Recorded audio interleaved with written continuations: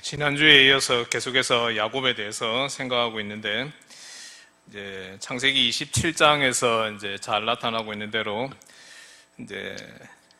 당연히 에서가 받아야 할 것으로 여겨졌던 이삭의 축복을 야곱이 받게 되었는데, 야곱의 마음이 그렇게 편치는 못했습니다. 형인 에서가 자기를 죽이려 한다라고 하는 소식을 어머니 리브가에게 듣게 되었는데, 야곱은 어머니의 권유로 브엘세바를 떠나 외삼촌 라반이 살고 있는 하란으로 가게 되었습니다. 창세기 28장은 이렇게 떠나게 된 야곱을 불러놓고 이삭이 그를 다시 축복하는 장면으로 시작합니다. 이렇게 고향을 떠났을 때 야곱의 나이는 대략 70에서 77세 정도 된다라고 볼 수 있습니다. 성경에 안 나와 있는데 목사님 어떻게 계산을 하셨습니까? 그렇게 질문하실 수 있는데, 창세기 뒷부분을 이렇게 좀 읽어보면은 파악을 할 수 있습니다. 정확한 나이는 아니겠지만은 한 70대 정도 되었다. 우리가 창세기를 읽으면서 야곱은 아주 젊은 사람이다라고 그렇게 착각을 할 수 있는데, 아주 젊은 사람은 아니었습니다. 아직 결혼을 하지 않았는데 이미 70대였습니다. 물론 야곱이 70대라고 해서 아주 나이가 많은 할아버지였다, 그런 뜻은 결코 아닙니다. 그 당시에는 사람들이 아주 오래 살았기 때문에 아주 젊은 사람이었다라고도 생각할 수 있을 것입니다. 근데 아브라함이 하란을 떠날 때 창세기 12장에 보면은 75세였다라고 기록하고 있는데, 지금 야곱이 자기 고향 브엘세바를 떠날 때 나이하고 아주 비슷하다라고 볼 수 있습니다. 브엘세바에서 떠나 하란으로 가는 길은 약 440에서 550km 정도의 거리인데, 만약에 걸어서 간다면은 적어도 한 달 이상 걸리는 상당히 먼 거리였습니다.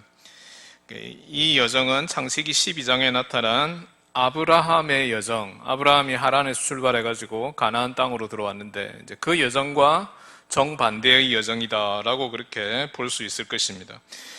브엘세바를 떠나게 된 야곱은 사실은 너무 급하게 떠났기 때문에 가진 것이 거의 없이 어떻게 보면 빈털터리였다라고도 볼 수 있을 것입니다. 몇 푼의 여비를 제외하고는 아무것도 지니지 않은 채 외삼촌 집으로 급하게 떠나야 했습니다. 형 에서가 나를 죽이려고 쫓아오는 것은 아닌가 하는 두려움을 지닌 채 길을 떠났던 것입니다. 그런데 길을 가던 중에 어느 날 밤이 다가왔고, 야곱은 황량한 벌판에서 돌을 베개 삼아 외롭게 잠을 청하게 되었습니다. 이렇게 잠들었던 야곱이 꿈을 꾸게 되었다라고 하는 것이 오늘 본문 말씀의 시작에 해당됩니다. 이 꿈 속에서 그는 땅에서부터 시작해서 하늘 끝까지 닿은 사닥다리를 보았다라고 했는데, 이 사닥다리라고 하는 것이 그냥 우리가 일반적으로 생각하는 그런 사닥다리라기보다는 오히려 계단에 더 가깝다라고 생각할 수 있을 것입니다.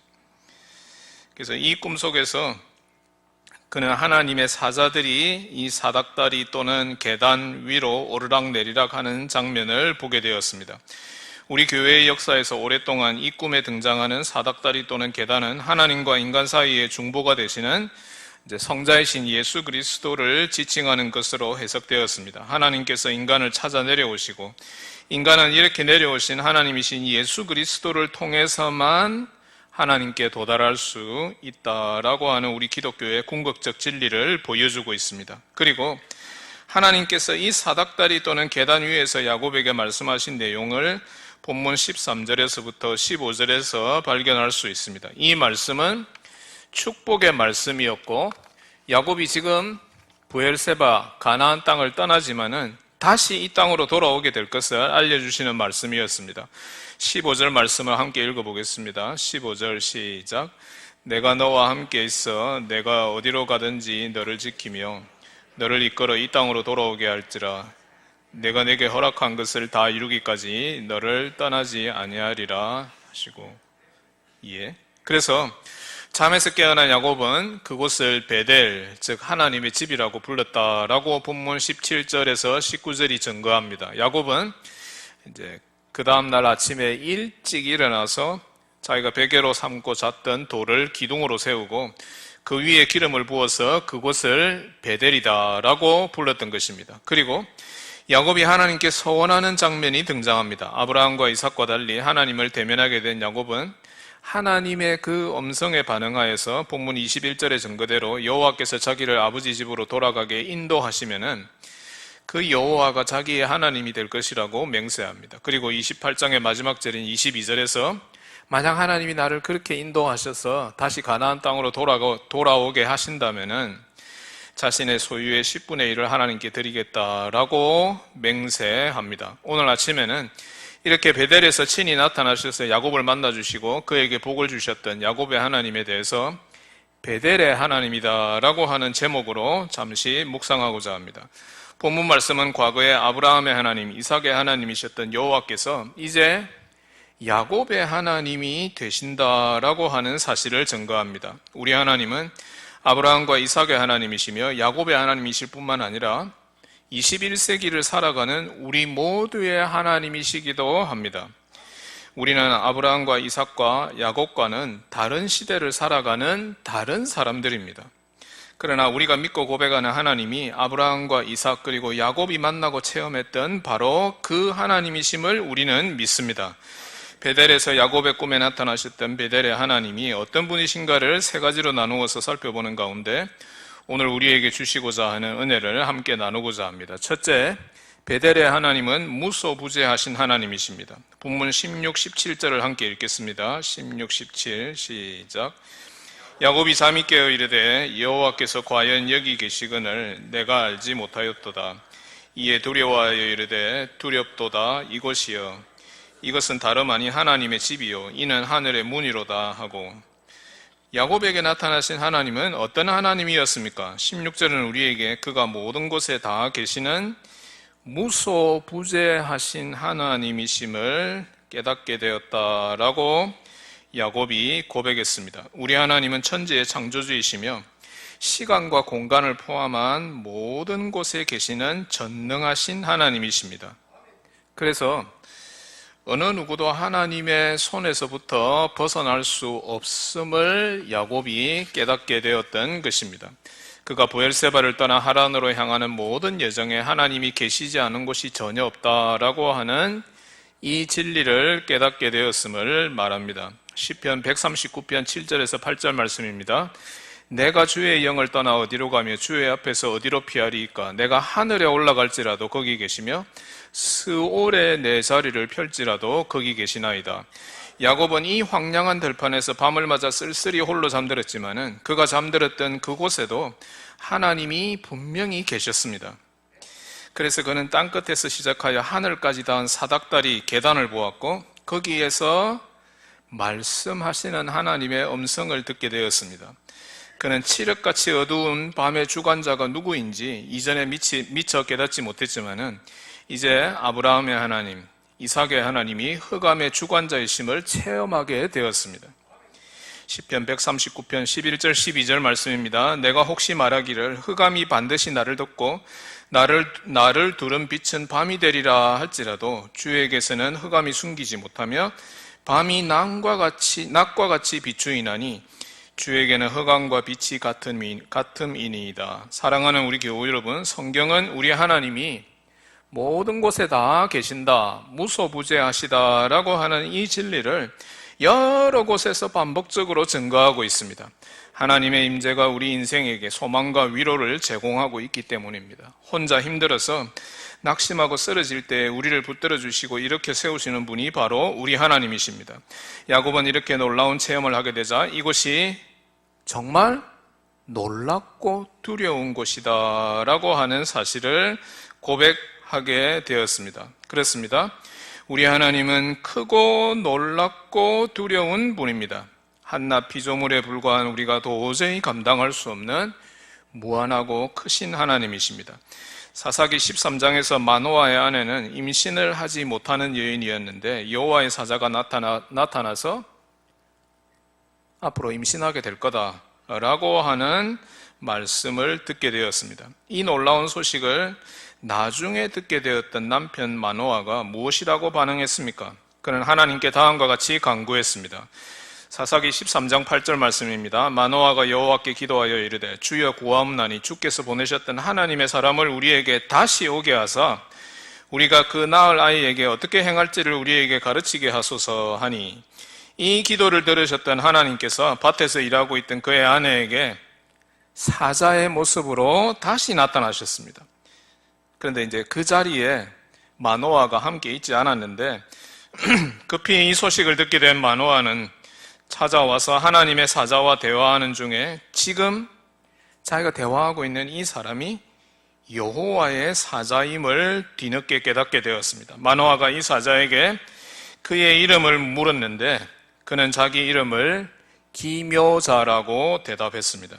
자기가 만난 사람이 사람이 아니라 하나님의 사자임을 깨닫게 된 마노아는 두려움에 사로잡혀 다음과 같이 말했습니다.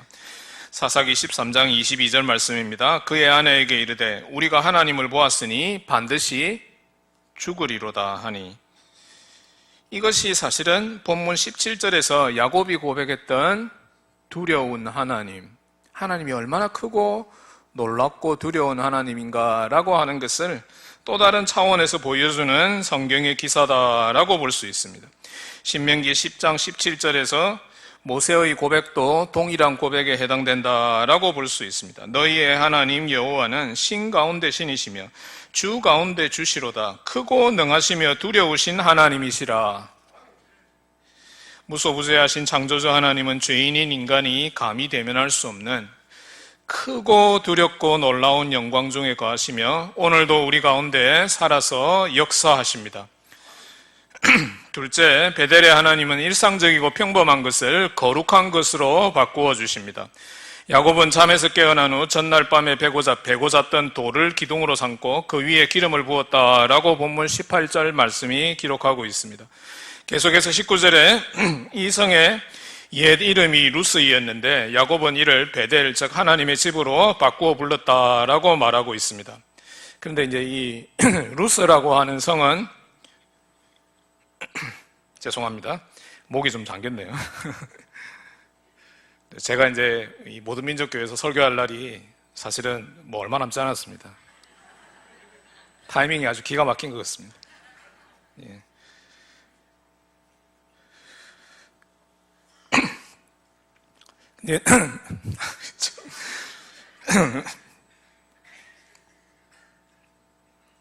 이제 이 성이 이제 굉장히 평범한 성이었다.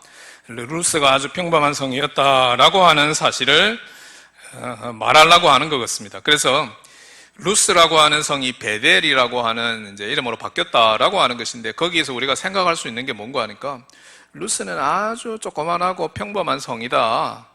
그런데 이제 베델에서 이제 이 루스라고 하는 곳에서 이제 야곱이 하나님을 만나게 되었고 그래서 베델로 바뀌게 되었다. 그 결과 루스는 베델이라는 거룩한 성읍이 되었다라고 하는 것입니다. 그래서 원래는 어떻게 보면 뭐 특별한 의미가 없는 평범한 곳인데 하나님께서 그곳에 임재하셔서 야곱에게 축복하시기 위해서 이제 그곳이 결국은 거룩한 곳이 되었다라고 하는 뜻입니다. 하나님이 함께 하시면은 아무런 의미를 지니지 않던 것도 거룩한 목적에 쓰임 받는 것으로 변화됩니다. 이는 성령의 능력으로 이루어지는 일입니다. 이스라엘 백성들이 애굽에서 나와 가나안을 향하여 가는 동안에 그들은 광야에서 회막 또는 성막을 지어 하나님께 제사드렸습니다. 이제 이 회막이 도대체 뭐냐, 성막이 도대체 뭐냐라고 질문할 수 있는데 쉽게 말씀드리면은 이동식 텐트다라고 생각할 수 있습니다. 그래서 이제 이 이동식 텐트를 지어가지고 광야를 이렇게 지나가는 동안에 하나님께 계속해서 제사를 드렸다라고 하는 뜻입니다. 그런데 이 성막에 여러 기구들이 제사에 사용되었는데 이 기구들을 만들기 위해서 하나님은 모세를 통해서 브살렐이라고 하는 사람에게 성령을 충만하게 부어주셨습니다. 출애굽기 35장 30절 31절 말씀입니다. 모세가 이스라엘 자손에게 이르되 볼지어다 여호와께서 유다 지파 홀의 손자요 우리의 아들인 브살렐을 지명하여 부르시고 하나님의 영을 그에게 충만하게 하여 지혜와 총명과 지식으로 여러 가지 일을 하게 하시되, 그래서 브살렐은 이제 성령 충만함으로써 성령이 주시는 그러한 지혜와 능력으로서 성막에서 하나님께 제사 드리는 데 사용될 기구를 제작했고, 또한 성막의 여러 기구 가운데 이렇게 나무로 만들어진 것들이 있는데 그 나무로 만들어진 것들에 보석이 아로 새겨져 있었습니다. 이제 이 작업도 부살렐이라는 사람이 오홀리압이라는 사람하고 함께 했다라고 하는 것을 말하고 있는데, 부살렐의 손에서 아무런 의미가 없던 금과 은과 놋이 성막의 신성한 기구로 재탄생할 수 있었으며, 성막은 이렇게 일종의 텐트에서 거룩한 처소로 변화되고 완성되었던 것입니다. 사랑하는 우리 교우 여러분, 하나님의 전능의 손길이 임하면은 세상이 변화됩니다. 사람도 마찬가지입니다. 성도들도 과거에 이 세상에서 일상적인 삶을 살아가는 평범한 사람들에 불과했습니다. 죄악에 물들어서 지옥을 향하여 달려가는 비참한 형편에 놓여서 아무런 소망 없이 살아가던 자들이었습니다. 그러나 야곱이 천국을 향해 놓여있던 사닥다리를 보았던 것처럼 예수 그리스도를 통해서 우리에게 거룩한 소망의 빛을 보도록 하나님께서 허락해 주셨습니다. 그래서 죄악에 빠져서 허우적거리며 살아가던 우리를 세상에서 불러내셔서 당신의 자녀로 삼아주시고 변화시켜서 거룩하게 만들어 주십니다. 지금도 교회는 하나님의 거룩한 집으로 만들어지고 변화되어 가는 집입니다. 그러므로 우리 교회는 항상 현재 진행형입니다. 교회가 도대체 무엇입니까? 디모데전서 3장 15절에서 사도 바울은 교회를 살아계신 하나님의 교회요 진리의 기둥과 터라고 정의하고 있습니다.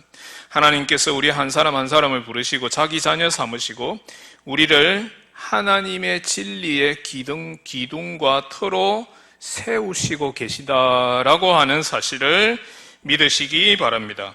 교회에서 성령의 놀라운 능력으로 하나님의 신령한 역사가 지금도 이루어지고 있는 것입니다. 사도 바울은 에베소 교회를 향하여 다음과 같이 권면했습니다. 에베소 2장 21절 22절 말씀에서 성도들이 예수 그리스도 안에서 건물마다 서로 연결하며 주 안에서 성전이 되어가고 너희도 성령 안에서 하나님의 거하실 처소가 되기 위하여 그리스도 예수 안에서 함께 지어져 가느니라. 우리는 교회로서 다 함께 예수 그리스도 안에서 성령의 능력으로 거룩한 하나님의 집으로 지어져 가고 있는 중입니다. 때로는 실수할 수도 있습니다. 때로는 무너질 수도 있습니다. 그렇지만은 하나님께서 우리를 거룩한 집으로 만들어가고 계시다라고 하는 사실을 놓치지 않아야 할 것입니다. 그러므로 우리 교회 안에는 우리 주님 주시는 평화와 거룩함이 있어야 합니다. 히브리서 12장 14절 공동번역 말씀입니다. 모든 사람과 화평하게 지내며 거룩한 사람이 되도록 힘쓰시오. 거룩해지지 않으면 아무도 주님을 뵙지 못할 것입니다. 우리 모든 민족교회는 이제 곧 새롭게 부임하실 담임 목사님을 중심으로 예수 그리스도를 모퉁이 돌로 삼고 주 안에서 튼튼하고 아름답게 지어져가는 성전이 되어야 할 것입니다. 에베소서 2장 22절에 언급된 대로 장차 하나님의 처소, 즉 베델이 되도록 성령의 도우심과 지혜를 날마다 간구하시기 바랍니다. 교회가 하나님의 집으로서 우리가 살고 있는 김해뿐만 아니라 대한민국 그리고 온 세계를 향하여서 하나님의 살아계심과 주 예수 그리스도의 주되심을 증거하는 복된 교회가 되기를 우리 주님의 이름으로 축원합니다. 셋째 마지막입니다. 베델의 하나님은 야곱을 선한 길로 인도하시는 하나님이었습니다. 본문 15절 말씀 함께 읽겠습니다. 15절 시작. 내가 너와 함께 있어 내가 어디로 가든지 너를 지키며 너를 이끌어 이 땅으로 돌아오게 할지라. 내가 내게 허락한 것을 다 이루기까지 너를 떠나지 아니하리라. 하나님은 야곱의 아버지 이삭에게도 함께 하시는 하나님이 임마누엘의 하나님으로 나타나셨습니다. 지난번에 살펴보았지만은 창세기 26장 24절 말씀에서 그 밤에 여호와께서 그에게 나타나 이르시되 나는 내 아버지 아브라함의 하나님이니 두려워하지 말라. 내 종 아브라함을 위하여 내가 너와 함께 있어 내게 복을 주어 내 자손이 번성하게 하리라. 하나님은 아브라함과 이삭의 하나님이시며 이제 야곱에게도 하나님이 되셔서 그와 함께 하시겠다라고 하는 약속을 주셨습니다. 우리 하나님은 가장 자비하고 가장 좋으신 분입니다. 시편 145편 9절 말씀입니다. 여호와께서는 모든 것을 선대하시며 그 지으신 모든 것에 긍휼을 베푸시는도다. 야곱이 어디로 가든지 무엇을 하든지 그와 함께하며 그를 지키시는 분이 되어주시겠다라고 약속하신 것입니다. 그래서 이 약속에 대한 응답으로 야곱은 다음과 같이 서원했습니다. 본문 20절 말씀입니다. 야곱이 서원하여 이르되 하나님이 나와 함께 계셔서 내가 가는 이 길에서 나를 지키시고 먹을 떡과 입을 옷을 주시어 하나님은 야곱과 함께 하시는 선하신 하나님으로 나타나셨습니다. 야곱을 항상 선한 길로 인도하셔서 여호와의 집에 거하도록 이끌어 주셨습니다. 시편 23편 4절 6절 말씀입니다. 내가 사망의 음침한 골짜기로 다닐지라도 해를 두려워하지 않을 것은 주께서 나와 함께 하심이라. 주의 지팡이와 막대기가 나를 안위하시나이다. 내 평생의 선하심과 인자하심이 반드시 나를 따르리니 내가 여호와의 집에 영원히 살리로다. 이렇게 선하신 하나님은 야곱을 어떻게 인도하셨습니까? 야곱은 아무것도 하지 않고 그저 하나님이 이끄시는 대로 수동적으로 끌려다니기만 했습니까? 그렇지 않았습니다. 야곱은 외삼촌 라반의 집에 도착해서 20년을 지냈다라고 창세기 29장 30장이 증거하고 있는데 그 20년 동안 야곱이 어떻게 살았느냐 우리가 잘 알고 있습니다. 첫 7년은 라헬을 위해서 살았고, 근데 라헬과 결혼했는 줄 알았는데 알고 보니까 레아하고 결혼한 거였죠. 그 언니. 그래서 또 7년을 라헬을 위해서 봉사했었고, 그리고 나머지 6년을 또 라반을 위해서 봉사했는데 도합 20년이라고 하는 세월을 지나는 동안에 아주 성실하게 외삼촌을 위해서 일했습니다. 라반은 자기의 야곱의 품삯을 10번이나 속였지만은 야곱은 20년 동안 한결같은 마음으로 외삼촌을 위해서 봉사했습니다. 그러자 외삼촌 집에 양떼가 크게 늘어났습니다. 그는 라반의 두 딸 레아와 라헬을 아내로 맞이했고 11명의 자녀를 얻게 되었습니다. 그런데 그는 아버지의 땅으로 돌아가기를 원했습니다. 창세기 30장 25절 말씀입니다. 라헬이 요셉을 낳았을 때 야곱이 라반에게 이르되 나를 보내어 내 고향 나의 땅으로 가게 하시되, 그는 하란에서 크게 성공했고 유복한 삶을 누리게 되었습니다. 그러나 그는 하나님이 지금 주셨던, 베델에서 주셨던 그 약속을 믿고 그 약속의 말씀을 따라서 아버지 이삭의 가나안 땅으로 돌아가고자 했습니다. 그는 하나님의 말씀에 순종하여 그의 뜻을 따라 살아가고자 했습니다. 시편 143편 10절에서도 다윗이 다음과 같이 동일한 고백을 했던 것을 발견할 수 있습니다. 주는 나의 하나님이시니 나를 가르쳐 주의 뜻을 행하게 하소서. 주의 영은 선하시니 나를 공평한 땅에 인도하소서. 야곱은 선하신 하나님의 인도하심을 받는 삶을 살아갔습니다. 어머니 리브가의 뜻에 순종하여 고향을 떠나 하란으로 갔던 그는 그곳에서 성공하는 삶을 살았지만은 선하신 하나님의 인도하심을 따라 다시 고향으로 돌아갔던 것입니다. 우리는 이 세상에서 살되 선하신 하나님의 뜻을 따라 살아가야 합니다. 그의 율법을 따라 살아가며 많은 사람들에게 선을 베풀고 사는 것이 참된 성도의 마땅히 지녀야 할 거룩한 모습입니다. 그러나 하나님의 더 높고 더 귀한 뜻은 우리를 이 세상에 그냥 그대로 내버려 두지 않으시고 자기 집으로 부르시는 것입니다. 이 세상에 그냥 우리를 그대로 놔두지 않으시고 이 세상에서 자기 집으로, 자기가 있는 곳으로 우리를 불러주시는 것입니다. 여기에 우리 하나님의 궁극적 선하심이 발견됩니다. 하나님이 우리를 너무 사랑하시니까, 극진히 사랑하시니까 이 세상에서 살면서 이렇게 힘들게 살고 고생하고 사는 것, 그거 하나님이 그냥 그대로 내버려 두지 않으신다라고 하는 거죠. 그래서 자기 곁으로 불러가신다라고 하는 것입니다. 우리를 사랑하셔서 부르시고 구원하시고 천국으로 인도하십니다. 우리 모두는 선하신 하나님의 뜻과 계획 속에서 최종적으로 돌아가게 될 이 본향을 사모하는 가운데 이 세상에서는 나그네로 살아야 합니다. 이방인으로 살아가야 합니다. 사도 바울은 이 나그네로서의 삶을 천국 시민의 삶으로 간주했습니다. 빌립보서 3장 20절 21절 말씀입니다. 그러나 우리의 시민권은 하늘에 있는지라 거기로부터 구원하는 자 곧 주 예수 그리스도를 기다리노라. 그는 만물을 자기에게 복종하실 수 있는 자의 역사로 우리의 낮은 몸을 자기 영광의 몸의 형체와 같이 변하게 하시리라. 우리 하나님의 선하심이 인도하심을 신뢰하며 주님 다시 오실 그날을 바라보는 종말론적 소망을 더욱 굳건하게 다지는 우리 모든 교우들 다 되시기를 우리 주님의 이름으로 축원합니다. 사랑하는 우리 교우 여러분, 이제 오늘 말씀을 맺고자 합니다. 오늘은 베델에서 야곱에게 나타나셨던 하나님에 대해서 세 가지로 나누어서 간략하게 묵상했습니다. 첫째, 이 베델의 하나님은 무소부재하신 하나님입니다. 그는 모든 곳에 임재하시는 하나님으로서 야곱이 어디로 가든지 그와 함께 하시며 그를 지키시고 인도하시는 전능하신 여호와 하나님이었습니다. 둘째, 베델의 하나님은 일상적이고 평범한 것을 신령하고 거룩한 것으로 바꾸시는 하나님이었습니다. 루스라는 평범한 성읍은 하나님의 전능한 임재로 신성한 베델로 바뀌게 되었습니다. 우리 삶도 하나님의 능력으로 거룩해지고 신령해지는 체험 가운데 살아가게 되는 우리 모든 교우들 다 되시기를 바랍니다. 마지막 셋째로 베델의 하나님은 야곱을 선한 길로 인도하는 하나님이었습니다. 야곱은 하나님의 인도하심을 의뢰하는 삶을 살아갔습니다. 하나님의 뜻과 말씀에 순종하여서 마침내 아버지 집으로 돌아갈 수 있었습니다.